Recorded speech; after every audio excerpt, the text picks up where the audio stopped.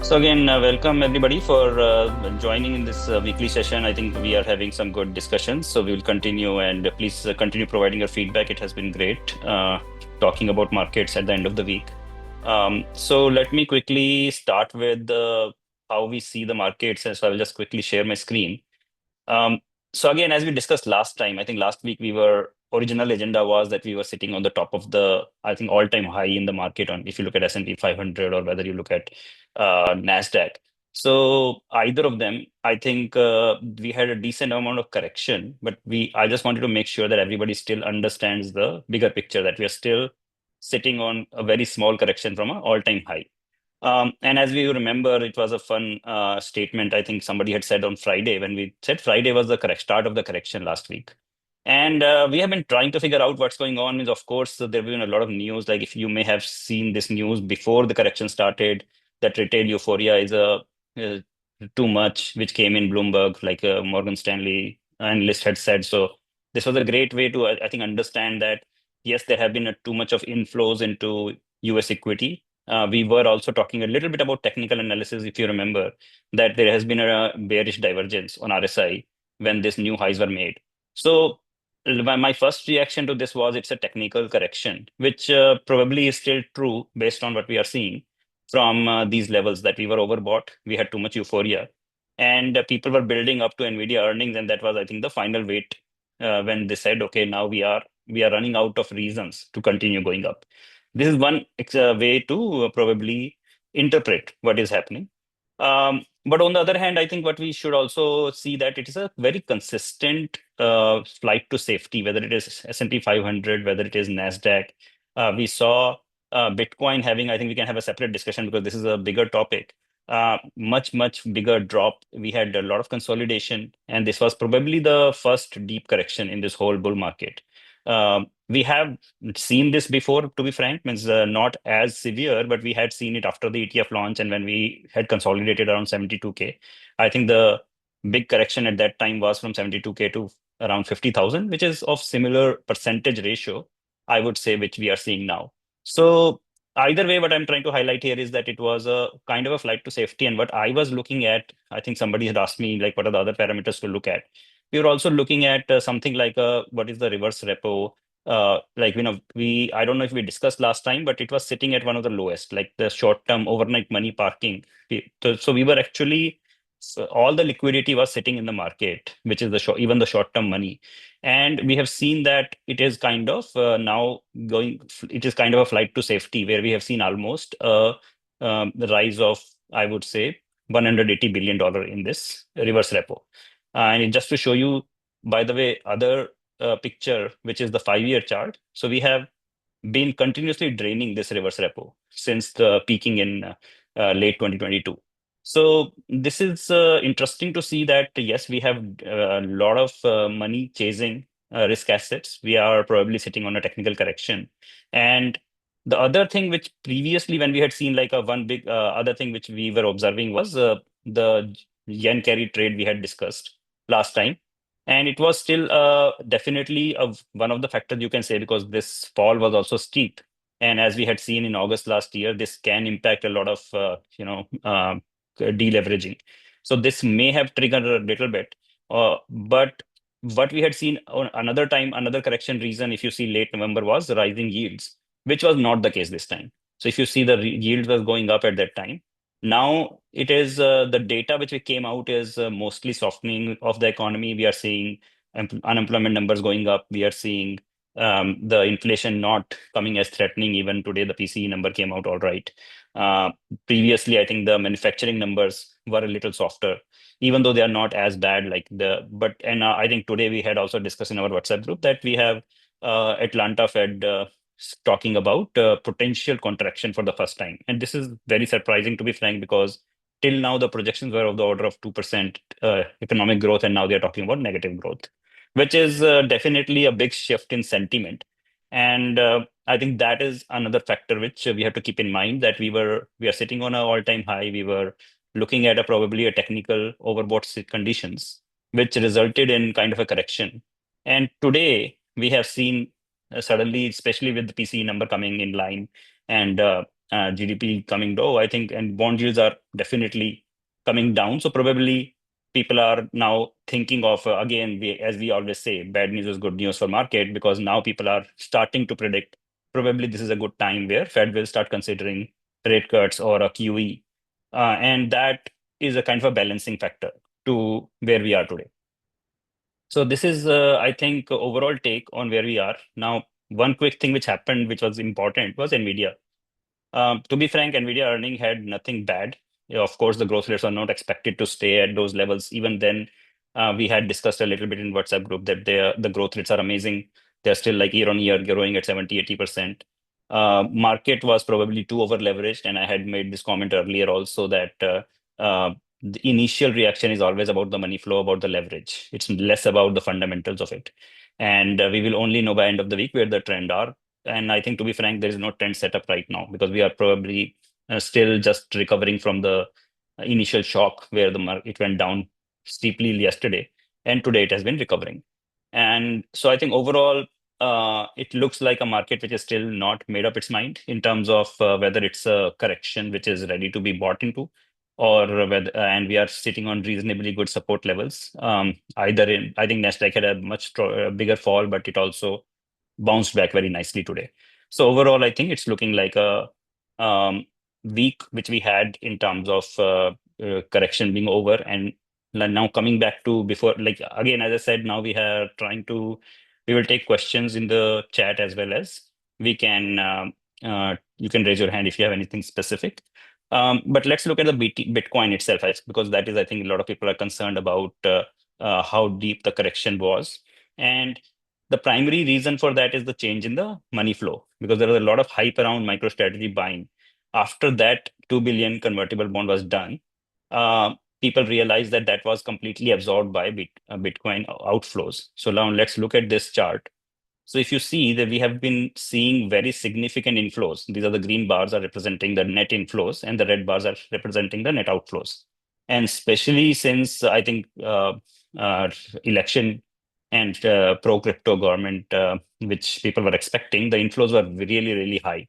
And what we are seeing in last few days is the pretty significant outflows which started. And they started a little bit in, I think, early February, or I would say January itself, but it was mostly getting countered by immediate buyback from one fund or other. If you see in last 7 to 8 days or like 10 to 12 days, you're seeing hardly any green candles. You're only seeing big red. So I would say this is first correction, first outflow we have seen. A lot of people are taking money off the table, and that is what is looking like is happening in the Bitcoin world. And it has tested its 200-day moving average, which is critical support for sure. And we are kind of taking support right now. So it's very early to say whether the correction is over. I would say we have to watch it, how it behaves next week. And from there, we would be able to comment. But in general, I think this is not uncommon. I think I had been discussing this in our All Access group also in the Discord channel. We posted some of the corrections. It's very common to have 30-35% correction sometimes in Bitcoin in the bull, even during a bull market. It's not, doesn't necessarily need to go into bear market. And this is the one of the steepest which we have seen this time. So this is the state of the market, I would say. Yeah, I think we are seeing definitely the bond yields are telling us that the financial activity is, people are concerned about how whether the economy will be able to hold up. GDP concern is coming back again. So now it's a matter of whether we see those concerns evaluate and market will react based on the news. So I will stop sharing here and let's have a discussion around what people are thinking about. Let me take a quick question or comments from the chat. Uh, JGB came down a little, definitely not going higher. So probably, yes, I think Japan, you're right. I think the yen carry trade probably is not as bad as it used to be in August. And also, we always say the steep curve is what usually unravels the yen carry trade, how deep it goes. So we have been holding up this week. So definitely that was not the thing.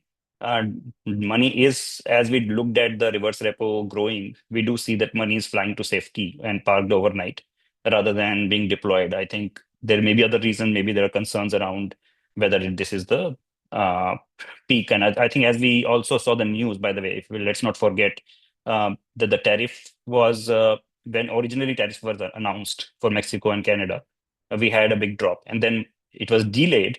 That resulted into market taking a sigh of relief, and now we are again to the point where when Trump has started talking about Europe tariffs in addition to Mexico and Canada, which are still not resolved. So I think those are also concerns which are still out there. Another comment is how will we know beforehand that NVIDIA revenue has peaked? Right now, NVIDIA is predicting growth through 2028. I think we have been talking about monitoring more like, usually we see these comments from hyperscalers, we see where AI is headed. So we do have a lot of signs, to be frank, to say that spending is not reducing. So probably those will be the best parameters to check whether we see. And the good news is that most of these companies are giving you CapEx guidance, mostly for the full fiscal years ahead of time.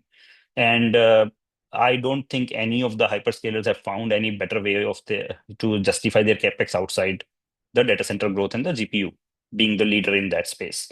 So I would say NVIDIA visibility is usually very good whenever, at least for 1 year. Um, Being able to see beyond 1 year is going to be very difficult. And that is where I think more and more analysts are looking at predicting whether it's going to be slowing down after 1 year, what will be the growth rates, and they keep readjusting. And that's where the price opportunity will be to either get in early, like, whenever it's too hyped up based on certain news. For example, when Trump came out and suddenly announced this $500 billion investment, NVIDIA crossed $150. And probably that was too much of overhyping. And then DeepSeek came in and deflated that bubble. So this will happen because of the same reason, that there is no better visibility beyond next 12 to 18 months in this space. I think we have to all ultimately, like if you are our all access member, we also keep talking about, we have to look at the second grade or third grade usage of AI, like second level or third level, where you say, are we seeing use cases emerging? Are we seeing like actually the companies who are spending this much money, are they able to make money on it? So OpenAI initially showed very good growth rates on the revenue. Now I think we are hearing every other day that hundreds of millions of dollars of revenue are coming into AI companies. I think I was reading another report recently about from Stripe, where they were talking about how fast AI companies are able to monetize. So there is some good data coming which showing that AI boom is here to stay for now. But again, things change very fast. And also remember that it's not just about whether the revenues are growing, it's also about the sentiment. At this moment, market sentiment is about AI is still great. It's not dying down. So that would be, I would say, the kind of things we will be looking at. Um, Another question I see on the chat is, do you think what we saw last week is the top for the year, or do you see where we would visit? I think it's too early to comment about the top, I mean, market top, to be frank. Um, See, again, I go back to the chart and say that we have seen these kind of corrections all the time. Like means if you look at the bigger channel, we are pretty much in a bull run. Now, there are two or three factors which I'm watching. And I would say that is where my biggest concern would be right now, whether macro changes, like bond yields are dropping as if we are entering a recession. So if you see the correction of bond yields from 4.7 to 4.3 and be below, that market may be taking it positively. I think it's a matter of now the GDP data, whether there is a significant economic activity slowdown, which can deflate the, like, for example, the consumer stocks. There are a lot of big portion of market which can have a negative impact. We are already seeing consumer sentiment going down. We are already seeing some other factors which are pointing to a slowdown. But in real numbers, whatever we are seeing, there is no real slowdown when you look back, like when the actual numbers are coming out. So it's mostly a projection and a sentiment, and that primarily is driven by unpredictability, and especially the way Trump operates. I think that usually spooks the market because of all this news around the big tariff and suddenly things being very uncertain every other day. I think that will keep market on the edge. But again, if the trade is driven by AI, I don't think there was any slowdown in AI. If the market is driven by other factors, which is like macro, there is no real destruction of money happening right now. We are still in a uh, fairly neutral macro conditions. And if we see that AI continues, or some of these technology companies, like if Tesla is able to launch their robo taxis, and if there is some other technologies continuously improving and creating new market for it, there is no reason why markets cannot continue going up. Yes, please go ahead. Yeah. Regarding the question posted about the Lucent comparison, right? Um, Microsoft, I think, said right that first of all, in the earnings when we had discussed, Microsoft was the first one that had started seeming to talk about the capex to slowing down a bit and all that, and then we were seeing all the other hyperscalers, right? Also, recently, didn't Microsoft say that they are canceling some leases? Is that a rumor or something? If that is the case, right, wouldn't that be a 1 year type or 2 year type of indicator? Because if they're already saying that, so your comments on that point number one with respect to the question, other question, or my question, other was reverse repo. I think you are very knowledgeable about that. Some of us may not be as knowledgeable. So if you can, whenever you get a chance in this call, to go to that graph that you had. So what's better? Is that number going down? But you had that graph like a cone, right? So what is good? If it's going up, it's good. If it's down, why? It'd be good to get Okay, your education on that. sure. Yeah. So I think, yeah. So let's take one by one. So first comment around you mentioned that Microsoft canceling. I think that is channel check from one of the analysts, which said that there is a couple of cancellations. I would not yet read that as a generic industry sign for two reasons. One is that it's very common to cancel certain leases, and especially it can be purely a sign of Microsoft being worried about OpenAI's prospects, which they had much higher prospects earlier.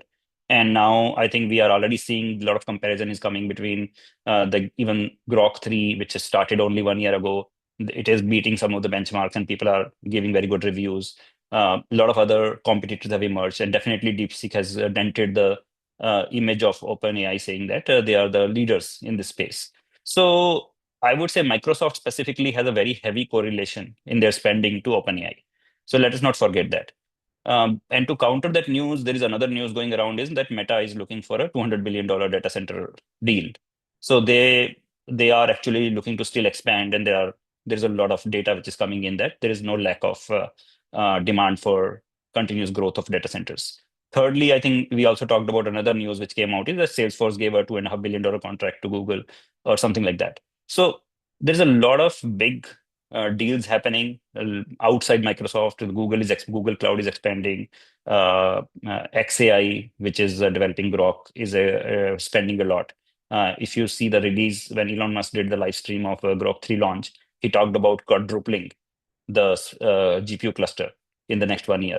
So I think all those things are still showing a pretty solid growth in GPU spending, at least in the near term, 12 to 18 months.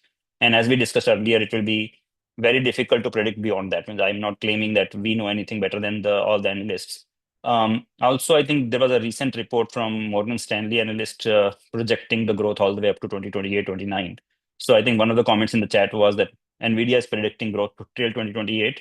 Some of the analysts are actually agreeing with them, and not just because of NVIDIA, but because of overall market. Because in that report, in Morgan Stanley report, they also talked about NVIDIA growth as well as ASICs growth. So the net industry growth is actually predicted to be even higher by 2028, which NVIDIA is predicting because as we have seen that Avago benefiting from it, or Marvell, or all these memory companies benefiting from it. That is also a story going around that net industry need for this sector is much bigger than what is the market for NVIDIA. So let's not focus purely on just one company, but in general, a lot of analysts are still very, very positive around how far this AI spending can go. And I have not seen any specific reports which say that we are at the end of the cycle. So that would be my understanding.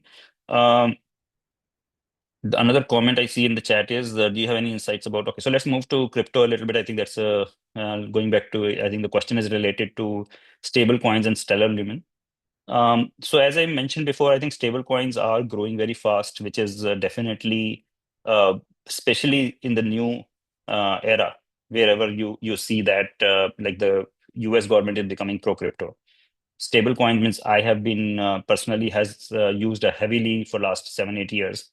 When you are able to, and we all know how even sending a wire transfer or ACH in US or most of the developed world is pretty painful, very costly. And when you have stable coins which are able to transfer across the world at a very, very small cost, any amount of money, instant settlement, instant confirmations, it is the future. Means let's accept it that blockchain-based settlements are. And by the way, if you see even the big banks like Chase and all, they have done their own, JP Morgan coins and all that and whatnot. So stable coins are already being heavily used. They are growing. So my view is very positive on stable coins. And now that we are in a pro crypto government, we are resolving all the banking issues which were there. I think stable coins will become mainstream very fast. Stellar lumens, I think, as I have been maintaining, like I don't believe in all these different blockchains. Stellar lumen was very good initially. I think XRP, they were just trying to do open source, what XRP was doing in closed source. But I think again, all these projects are struggling to find relevance in a very crowded world. And I'm not specifically tracking, so I won't comment on stellar lumens. But I believe that as an investor, if you just look at the stock market opportunities today, in terms of where the Bitcoin is, where the Bitcoin related companies are, there is enough opportunity there to go and bet on much more volatile altcoins. So that has been my take. And again, I'm sorry if I don't have any specific comments around that. And on the reverse repo question, yeah. So let me just repeat that. So basically, the comment I was making is that reverse repo has been mostly the overnight funds which Fed gives you, right, which is a guaranteed rate. And that is mostly overnight money parking where you don't know better use of the funds. Like you don't want to be invested in bonds, you don't want to be invested in equity. So if you say when you keep your money in brokerage, you have this money market fund option, which gives you standard 4%, or earlier last year it used to give 5%. That is usually money market funds first try to put money into reverse repo, but whatever is available from Fed to get you risk-free returns. So typically, when that is not being used and when it's getting drained out, that means the liquidity is being deployed into bonds and equity or some other places.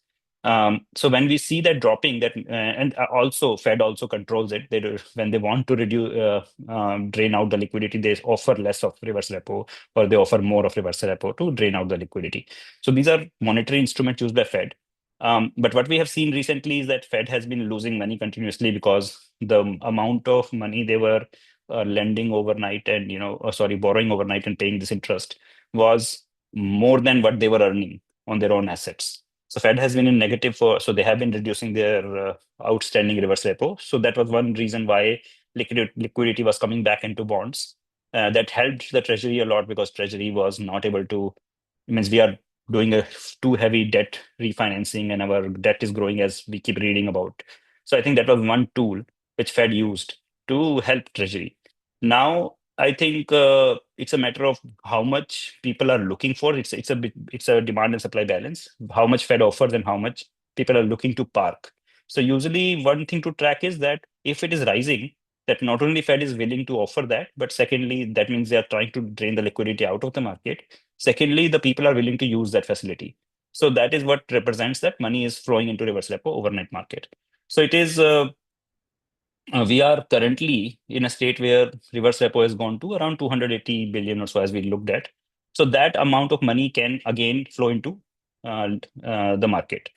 So in general, I see that it's not any specific sign, to be frank. It is more about just observing whether the money, because one thing if you see was that in this last 1 week, we saw all assets going down. So it was mostly a flight to safety. It was nothing fundamentally wrong with stocks. There was nothing fundamentally wrong with Bitcoin or anything, right? Means it's all like gold corrected, bonds corrected. Sorry, bonds have been being bought because yields are going down. But what I'm trying to say is money is going into safety, either bonds or reverse repo. So that's what we are seeing right now. So yields are falling, that means bonds are rising. And so money is going from risk assets into more safe places. So that is what we saw in last 7, 8 days. And does it mean that the trend is reversed? I don't believe so because this is a very common thing where money, when we are overbought and when we are looking for a technical correction, usually people have this flight to safety reaction. That's what happened. And probably it was triggered by tariffs, probably it was triggered by other factors, which nobody will be able to tell. But I would say that, yes, there are some concerns in the economy right now. There are some concerns because the consumer confidence is going down, and the tariff war is still not settled. And we were sitting on technically overbought levels probably, and that resulted into this flight to safety. So that is my take on just observing that we have this 200, 250 billion of buildup in reverse repo, which means that money was a little bit flying away from risk assets. And if you see today, means the kind of buying we have seen, the volumes were good, everything was looking good. So probably we would see in the numbers, and we will see that money is probably coming back. Now, whether it continues next week, that will be interesting, because the thing here is that yes, we have corrected reasonably well. It is very abnormal correction if you see across the board, except for the Bitcoin, which has corrected way more than usual. And now going forward, I think we have to see whether things find support here and go up from here. So again, a reminder, you can you can raise your hand and we can take the questions and unmute you as needed. By the way, one more thing which I got from a few people here, like, many people have sent me messages that because this community is pretty much local, should we also meet up in person? And I think that is a very good idea if enough people are interested, and we can probably take one of these weeks when we do these weekly meetings and we can meet in person. So do send us your comments. We'll probably do a poll in the WhatsApp group also. All right, so let me see if there are any other questions. In the chat, I see that, would you say the rates down is mainly flight to safety, or also because of the year over inflation likely to be reasonable? So I think it's a good question. So what I would say is that long-term yields going down is definitely macro becoming more favorable, in the sense that people are less worried about tariffs. And when I say tariffs, I mean inflation was the initial concern with tariffs. I think more and more economists are now realizing that it's less of an issue, and inflation concerns are going away now. Now, the second part is people are now more worried about economic slowdown. And the reason being the excessive focus on, like, even if you take, maybe people are believing into the Dodge and, like, all these federal employee job cuts. Remember that these are same thing as, big layoffs in private or anything. These are still adding to people who are losing their jobs, and there will be less spending, there will be less confidence in the market when you have millions of people losing their jobs over time. And that is one factor which can lead to slowdown in economy. And second factor is that Fed has clearly said that they are going to wait. So originally, when we were thinking about, the rate cuts are coming, and we have discussed it a few times in last few weeks, that we are almost in a flat rate environment, which is still pretty high when we are looking at 4.25% interest rates. So with that being in mind, we are still in a kind of a tight money situation. So long-term yields are coming down because of that. Now, flight to safety, when I said, that is more like short-term yields, which are like 3 months, 6 months, T-bills or overnight. That is more like a short-term parking of money into flight to safety, we can call it. So both of these things play a role, and they may be a combination of factors. It need not be people are buying 10-year bonds for flight to safety. Usually that's not how it works. Flight to safety for short term can be the short term T-bills and reverse repo and so on. So that is where I think we are sitting. So to be frank, like, again, we are not trying to predict, because I'm not claiming that anybody knows where the markets will be heading. What we are trying to see is that what is the expectation here. The expectation here is that we were sitting on all-time highs. We were sitting on a technically overbought level, which we left, we got some air out of the market. We got a lot of air out of the crypto, I think, which was probably it was a factor of some of the states also. Like, there was a lot of euphoria around two things. One is we have been talking about, like, what was the Bitcoin key next factors. One was corporate treasuries continuing to buy, which I think the final big buy from MicroStrategy came of 2 billion. Then I think the next big thing was the state reserves and the Federal Reserves, strategic reserves. And a few states have made progress, and few other states have actually rejected this. So that has created a little bit of a worry in the crypto market, that in short term we may not have the trigger which people were expecting. And there is no news from federal level with the Trump's committee. which is creating a little bit of, I would say, concern. So people who are betting on short-term continuous move up, they are selling probably, and that's what we are seeing as outflows. But in general, as I said, there is nothing changing in the overall story. If you see, look at the corporate treasuries, which were the original buyers, there are more and more companies which are considering buying. Yeah, even MicroStrategy, even though they have lost the momentum because of initial, how much they are able to generate in capital, but their preferred share is still doing good. They have still plans to continue doing this, but they will have to slow down.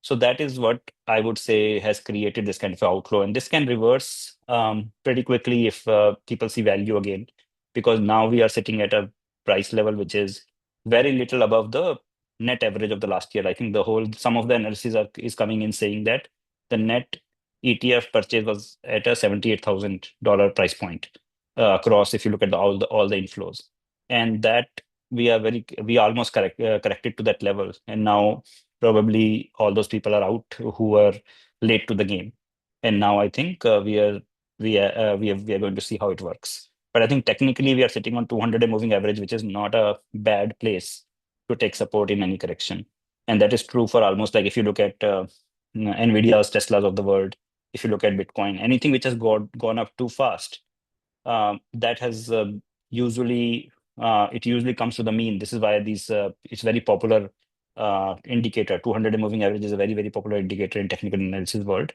That is what they call it, as reverse to the mean, where things are running too fast. And that's what we are seeing in this last 1 week or 10 days. We are seeing almost all assets which were running too fast, they are coming down to the mean. And till we see anything structurally changing, we have to assume that this is a correction which can continue the bull run, or which can be decided in over next few days of where we go. So again, reminder on the questions. If you have, you can put it in comments, or you can raise your hands. We can unmute you. And I think in general, we have mostly covered where we are in this market right now. Yeah, I will just let a few more questions and we can call it a week. Go ahead. Hello, can you hear me? Yes, please. Yeah, I'm dialed in actually. So to help you out, I'll ask a question. So someone, I think in the finance group, had mentioned that correlation of Bitcoin to gold is 0.81 or some such thing. You may have read it too. So can you share a little about, given that we are seeing Bitcoins at different times, right? Is the nature of it changing in terms of what it's correlating to? Is it correlating to inflation, store of value? Is it correlating to NASDAQ? What is your thoughts on that? I think the best report I have seen on correlation is from Coinbase, which has shown that Bitcoin correlation over a medium to long term with any of these asset class, whether it is gold, whether it is equity, whether it's any of the other old style investment classes, it has been very low. It has been 0.3 or 0.4 or lower. That's I think they had done it with I can share that in maybe WhatsApp group in future. We had discussed that before. I don't think it's true that it is specifically correlated to anyone. And as we have discussed multiple times, the money flow and in short term, like if you see what happened this week, almost every asset class corrected. So in short term, money flow can make you feel that there is a high correlation between different asset classes. But gold is one example which has shown over a very long period, it is very less correlated with equity. Similarly, Bitcoin has shown that it is very little correlation in medium to long term. Yes, go ahead. How do you decide like which period to look at for historical correlation? I mean, is it based on the specific question you're trying to answer, or are you, uh, you know, and then obviously it can change over time. So then how do you then use that for Mhm. forward-looking analysis? Sure. So I think when we talk about asset correlations and asset allocations, those are never to be seen in short term, because when people talk about uncorrelated investments, that is purely for a diversification purpose. And when we say you should diversify into uncorrelated assets, the basic idea there is you should look at medium to long term. Means and these are usually treated as in investment forums. when you talk about uncorrelated assets and so on. And anything which is less than 1 or 2 year horizon, or even I would say personally up to 8 to 10 year horizon, that is not an investment, you're purely trading. So for traders, people may worry about day-to-day correlation. For investors, these things matter more. And most of the analysis, which is from serious research houses I have seen, they look at a much longer term. I don't remember exactly what time period they take, but I think it's definitely in years and not in days and weeks when they look at correlation. So yeah, I think that is, and to be frank, once we have already established that from multiple places that yes, in short term, all assets can be correlated because of money flow. Because as we have seen, right, one day when the crash happens, everything corrects. So that is purely because of the diversified funds, and for everybody invests in multiple things, and sometimes the liquidation itself can cause a big change in how they react to immediate market. Another question I see is it's geopolitics based. Have you looked at the implication of two scenarios? One is the new axis with US, Russia, and Europe, Canada, Mexico. To be frank, I'm not convinced personally. Means again, it's a very good speculative thing. Means I don't think means we are probably paying too much attention to media saying that it is means US is becoming friendly with Russia. It's not necessarily true. They are. What I see is Trump is just trying to get a political win here that he stopped the war because he fought on that he is going to stop the war. I don't see much changing in the Russia and US relationship beyond maybe removing the sanctions, beyond maybe getting this over with. And if you see historically, there has been never a enemy or never a war. Means if you see even any country which has done anything, even whether it's India's nuclear testing or whether it is any country which has done which is against what US wanted, there have been sanctions and they have been removed. It's a normal process. So I think basically what and every war US has ever fought or been involved in, usually public opinion shifts against it. So Trump is just going with that, and I don't think it's a formation of any axis. And we have discussed it a few times. It's a purely a deglobalization effort.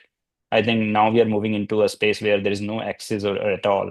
In my view, it's mostly a we are going into a single. And US means Trump is saying that dollar running the world is anyway going to be over. Let me do it faster by becoming more protective and creating this border walls, creating when I say border walls, it's symbolic, not just the physical walls, but the tariff wars and trade wars and so on.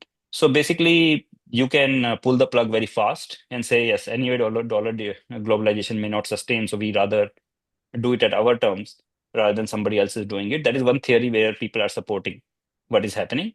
But I don't think this is going to change the axis. I don't think US is anywhere going to be aligning with Russia or China. I think those are, in my view, that's not going to happen. It's mostly a trade war negotiation, which may resolve one way or other ultimately. Another question I see is what do we know about profiles of recent Bitcoin sellers? So again, we are shifting between the topics quickly there's definitely a lot of interest in Bitcoin.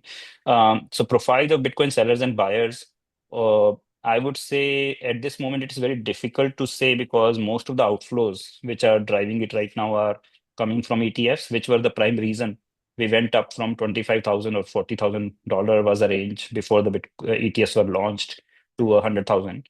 Now you're talking about billions of dollars of outflow in last 10 days and those ETFs are probably, I think at one point the analysis was that 70 to 80% of that was retail traders.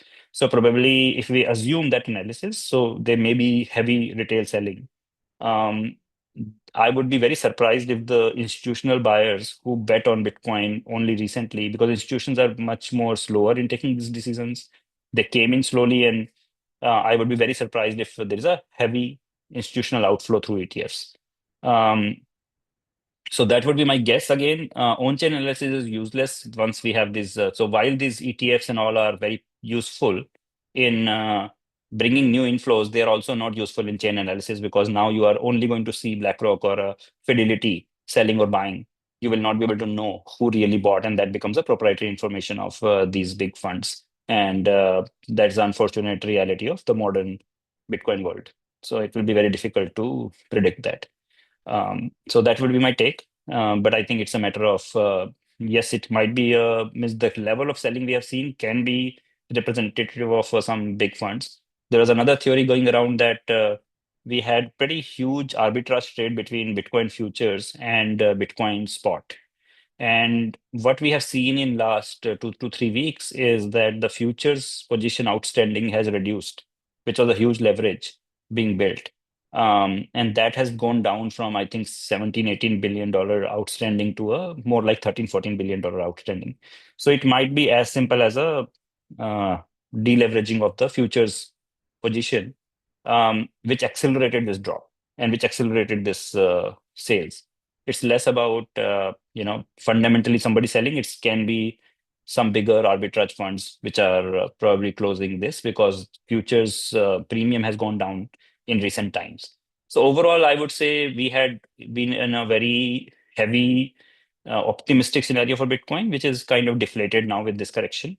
And as we are also discussing, and we are posting the fear index of crypto, and the sentiment is very much down right now, even though we have only seen like 20-25% correction versus historically much bigger correction. So I think the sentiment is at almost at those levels where we used to get the bottom.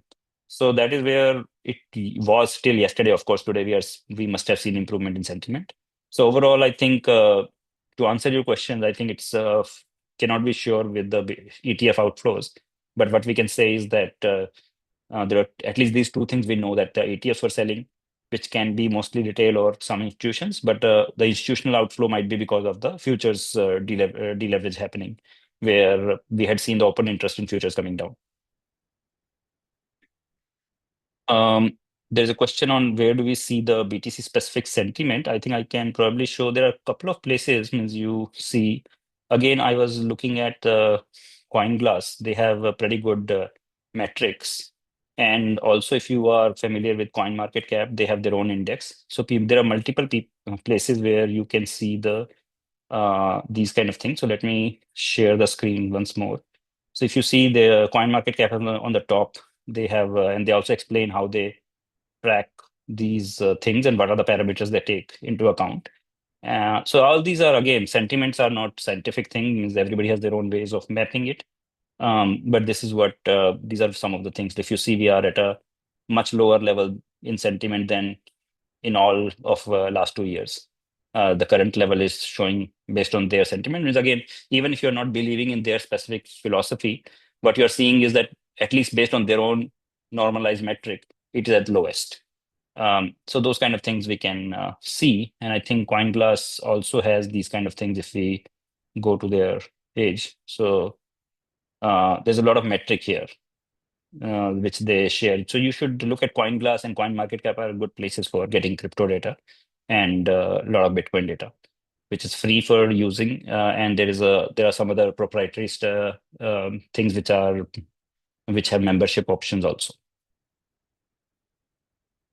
Let me look at other comments. So if I missed any questions because I scrolled down, let me know because there's quite a few comments and we can take them up. Bitcoin sudden nosedive. Okay, so it's a big comment. I don't know if it's a question or just a statement. So let me know if there's anything I missed. So I think definitely it is currently not a pretty sign in the crypto world. It's much deeper than what people expected. It came out of nowhere. So it's a matter of now whether we are at the last stage. So I think we are almost at the top of the hour. I would like to take one or two last questions and we can wrap it up and we will make the recording available. Just a quick housekeeping things before we go.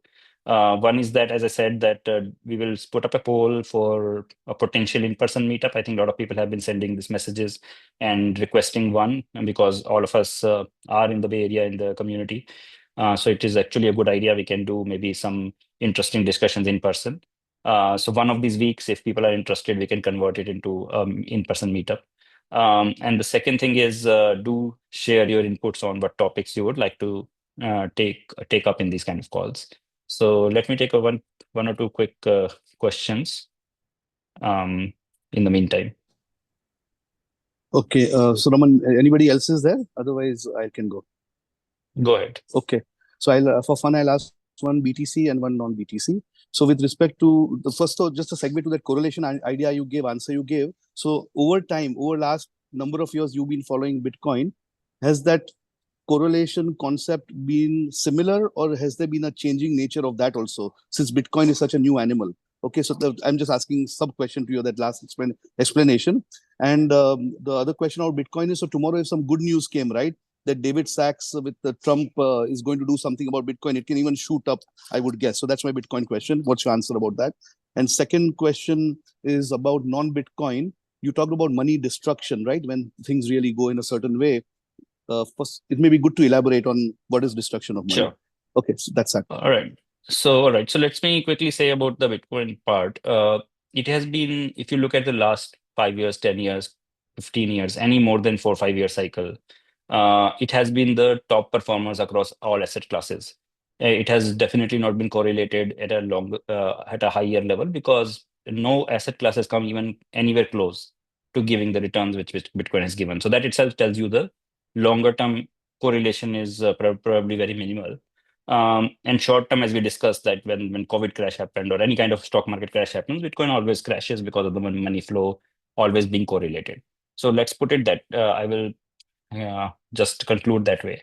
Secondly, yes, I think one thing we need to understand is, and I think I highlighted it a few times, Bitcoin volatility always goes higher when the exchange liquidity goes down. So if you know that, like, when we have seen billions and billions of dollars of Bitcoin getting accumulated in last one year or so into ETFs, all that is parked in Coinbase Prime in custody.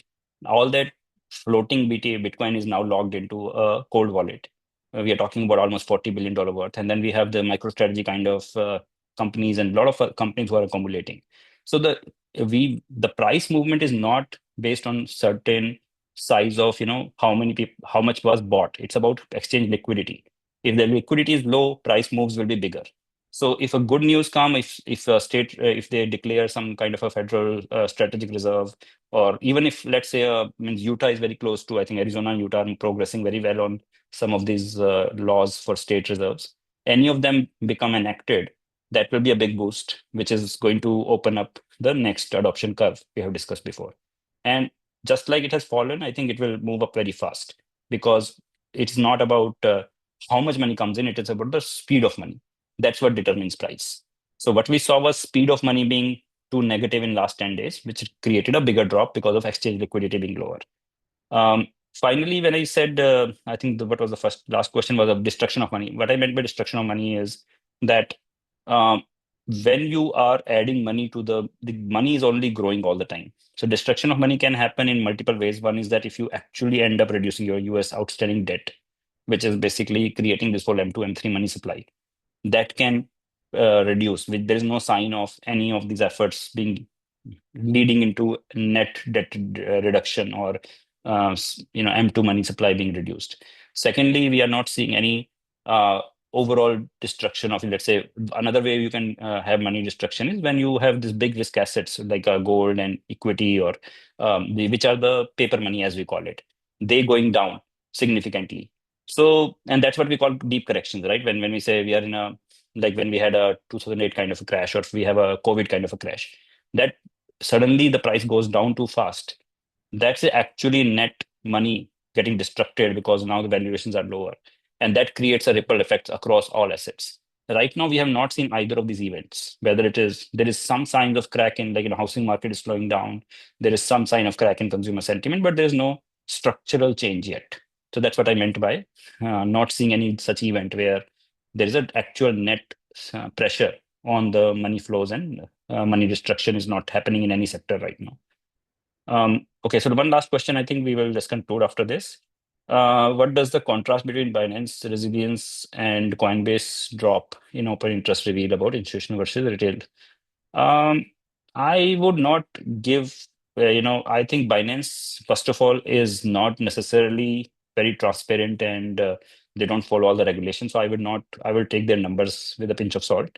But I am not sure if I follow the question in terms of open interest drop. I think it's a matter of Coinbase if you're talking about futures, Coinbase is a purely based on top of CME, and CME is much bigger than Coinbase, right? CME is all the US institutional futures open interest. Binance is running a very much non-regulated part of the futures market, or the, as we call it, the perpetual market and so on, which is not regulated in US. So they are probably totally separate market. I think that is where we are. My view is, if you're talking about the open interest in derivative positions. And so I think that is definitely not a representation of, probably it's a regional representation that US institutions deleveraged in the last 2 weeks. That can be the interpretation, I would say, the best. I would not, if I believe the Binance numbers. But I think I would always take it with a pinch of salt with their numbers or anything, because of how it works. And please let me know if the question was interpreted correctly. Then I think one quick question I see is risk-free trading, hedging, and finding FANG for tomorrow. I think these are great questions. I think probably we will have to take this up in a next call. Let's get these things coming. So thanks for everybody for joining this call. I think please keep these discussions coming. Hedging is definitely a great idea. We should discuss. I'm a big fan of options. And if we are able to do discussions around that, it would be very good for people to learn about it. Finding means these are great topics. I think thanks for suggesting, and I would recommend that just for record, we continue this discussion in WhatsApp so that we can take that feedback and continue. Thanks everyone again. It's fun to talk to everybody at the end of the week on where we are heading with them in the markets, and let's keep the suggestions going. And have a great weekend, everyone. Thank you. Bye bye.